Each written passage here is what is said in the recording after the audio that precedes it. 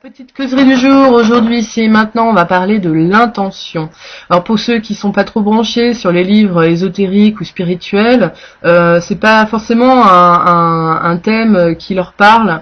C'est vrai que bon, c'est l'intention, ça reste quand même finalement un truc assez fugitif qu'on ressent tous dans notre vie. En revanche, hein, on l'a tous en nous, cette intention. Mais je pense qu'on la sous-estime complètement et voilà, je propose aujourd'hui d'en causer, voir d'abord ce que c'est et puis voir comment s'en servir pour nous-mêmes, pour notre propre vie, pour notre propre existence. Alors l'intention, bon, comme je l'ai dit, on l'a tous ressenti, c'est vrai que c'est d'abord un mouvement intérieur. L'intention, personne ne nous la souffle à l'oreille, c'est quelque chose de vraiment intérieur, une pensée qu'on a conçue, qui ressemble à une force aussi, une force d'action, une force qui nous pousse à faire des choses. C'est une force qui se tourne vers l'avenir, vers le futur, que la force de l'intention. On l'utilise tous à un moment donné et de façon, pour des sujets vraiment très divers. L'intention s'attache à tout ce qui est très pragmatique, comme tout ce qui est aussi spirituel. Le domaine d'action de l'intention est extrêmement vaste, donc vraiment, il n'y a qu'à piocher dedans. Et on le fait tous allègrement d'ailleurs. Donc, qu'est-ce que... Donc l'intention, voilà. Alors l'intention, quand on parle de l'intention, en fait, on est vraiment là dans le domaine de l'être, alors que l'action, elle est plutôt dans le domaine du faire. Or, il apparaît de plus en plus que nous, les êtres humains, si on est sur cette terre, c'est pas tellement pour faire, même si c'est important de faire et qu'on doit accomplir des choses, on est jugé selon nos œuvres, comme on dit, donc...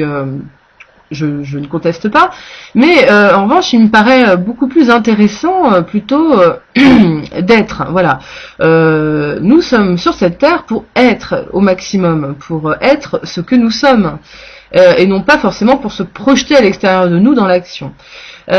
Donc pour être, et c'est ça qui compte aussi beaucoup, quand après notre mort nous ferons notre revue de vie, nous allons revoir toute notre vie, nous allons voir l'impact énorme qu'a eu notre intention dans notre vie, parce que tout le monde le sait, il nous est arrivé parfois de faire des actions qui pouvaient paraître bien bonnes ou mal, peu importe, mais dont l'intention était totalement différente de ça. Il peut y avoir des grosses différences entre une action et l'intention qui a poussé à faire cette action. Et on va dire dans l'au-delà, dans le domaine spirituel, bien c'est l'intention en fait qui a prévalu plus que l'action. Donc l'intention, c'est quelque chose qui a un très très gros impact dans notre vie et il est tout à fait judicieux de comprendre comment ça fonctionne et de l'utiliser au mieux. Voilà mon idée. Parce qu'il me semble que la plupart d'entre nous, on n'est pas tellement maître de nos intentions. Il est possible qu'on nous ait, à force de nous bombarder d'informations toujours dirigées dans le même sens, il est possible que on veuille nous donner à tous les mêmes intentions. Voilà, que les intentions soient collectivisées, uniformisées. Donc il est tout à fait possible que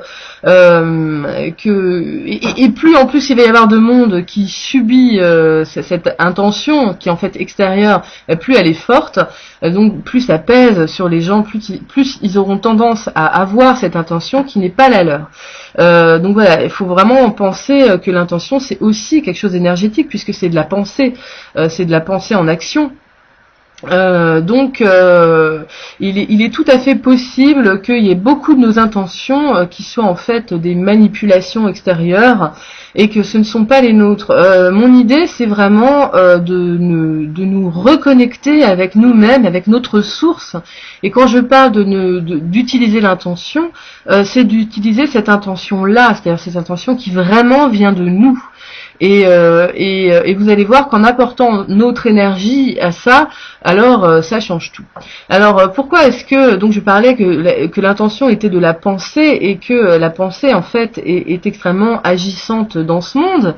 En fait, je pense que l'être humain ne s'est pas encore bien rendu compte de ce que c'était que réellement le pouvoir de la pensée, parce que tout simplement les scientifiques n'ont fait qu'effleurer le sujet, ça reste encore un truc un peu nébuleux, mais je pense que vraiment ça vaut le coup Ça vaut le coup de se dire que, enfin, de se rendre compte que la pensée est créatrice du monde, la pensée est créatrice de la matière, et que tout ce que nous voyons a d'abord été de la pensée. La matière, finalement, n'est presque que de la pensée cristallisée, de la pensée sous forme matérielle. Donc c'est la pensée qui crée ce monde. L'univers est traversé par une intelligence, par une pensée intelligente. Et donc quand je parle du pouvoir de l'intention, je parle de ça, c'est-à-dire de notre capacité à se connecter à cette espèce d'immense intelligence cosmique. De façon à pouvoir créer réellement le futur, créer ce qui va arriver par notre pensée. Donc la pensée, elle est extrêmement puissante. Alors il y a vraiment l'idée, du coup, de ce point de vue-là, que tous, absolument tous, la vie que nous avons actuellement, elle est telle quelle parce que nous l'avons pensée. En vérité, on est victime de rien. Nous avons vraiment pensé notre vie. Du moins, notre vie est exactement le reflet de ce que nous pensons qu'elle doit être. Voilà. C'est absolument incroyable. Nous sommes déjà des créateurs de nos vies par notre pensée. Le problème, c'est que bien souvent, on le fait de manière inconsciente. On ne se rend pas compte, on ne s'en rend pas compte de ça, que nous créons en fait notre vie par notre pensée. Et que finalement, il suffirait presque de changer notre pensée pour changer notre vie. On attend toujours que ce soit des éléments extérieurs qui vont changer notre vie, mais c'est faux. Les éléments extérieurs ne changeront rien à rien, ou ça peut changer, mais on restera toujours un peu aveugle et paralytique parce qu'on n'aura pas les yeux ouverts sur le fait que nous sommes des acteurs, nous sommes des créateurs de notre propre vie, et que c'est notamment par le biais de l'intention que on crée en fait on crée notre vie, créons notre existence. Alors, comment utiliser l'intention dans la vie de tous les jours? Bien d'abord, faut se poser la question de qu'est-ce que c'est que notre intention à l'heure d'aujourd'hui. Qu'est-ce qu'on veut vraiment et comment on le veut. Je pense qu'il faut pas mélanger l'intention qui se connecte comme ça avec cette grande force intelligente et qui elle sait pourquoi on est là. Voilà, c'est se connecter un peu à la trame du plan divin sur lequel on est, pour lequel on travaille, pour lequel on est en mission, entre guillemets, mais souvent on se connecte plutôt à des intentions qui sont d'un autre ordre, qui sont inspirées par l'ego, c'est-à-dire le petit moi, le petit moi, ce que j'appelle le petit moi, c'est-à-dire ce qu'on croit être, je suis monsieur machin, madame truc, j'ai ci, j'ai ça, je possède ci, je possède ça, ça c'est le petit moi qui est souvent un peu orgueilleux, qui est souvent égoïste, qui souvent a peur, voilà, qui se met en colère, bon, c'est qui ronchonne, c'est ça le petit moi.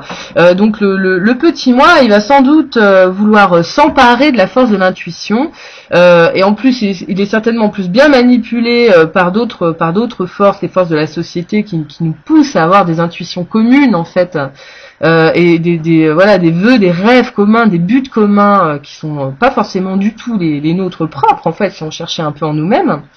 Donc l'ego souvent utilise la force de l'intuition, la force de l'intention.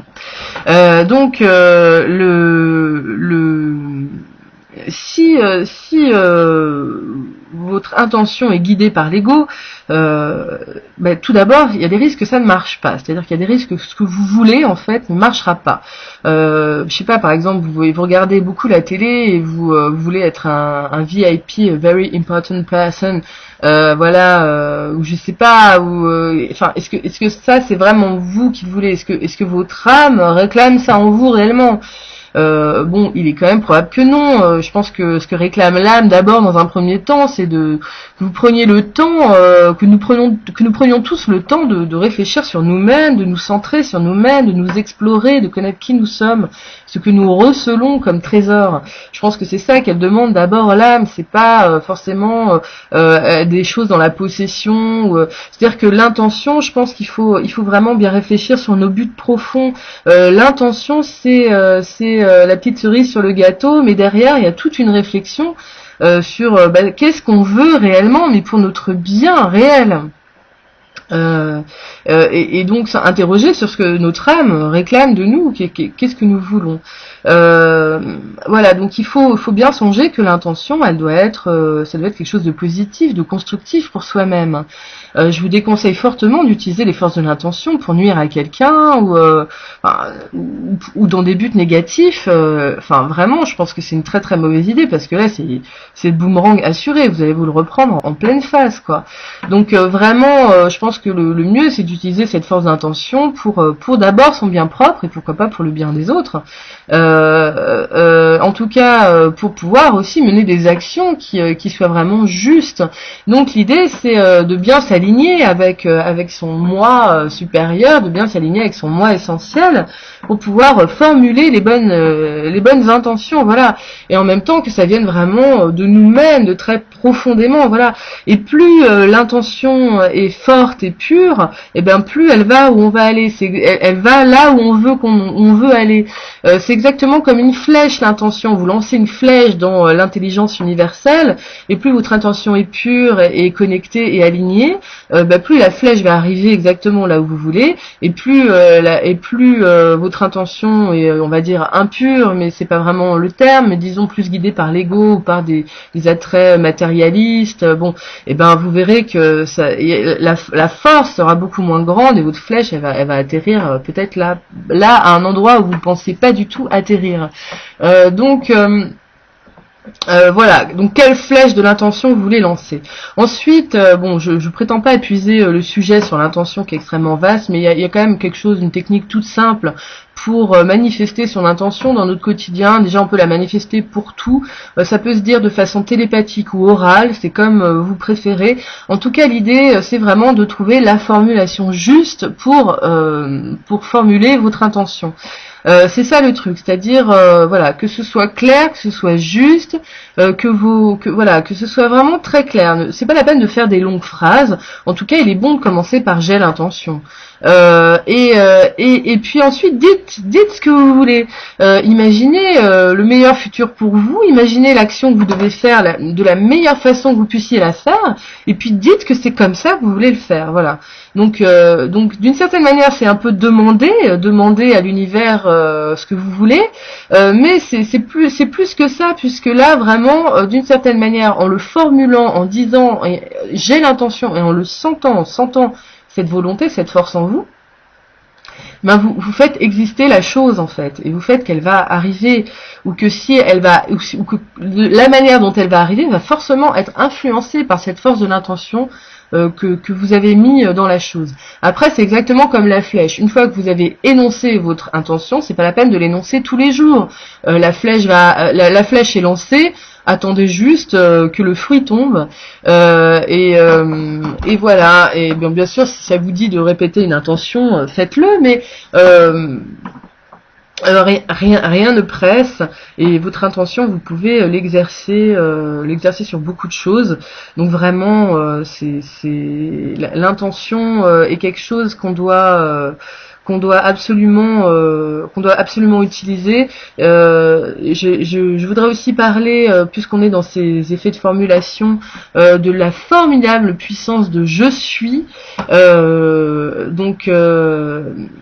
Je suis ci, je suis ça, je suis une personne qui fait ça, je suis une personne comme ça, je suis ça. C'est aussi une formulation extrêmement puissante. C'est pour ça qu'il faut faire très attention à la manière dont on parle.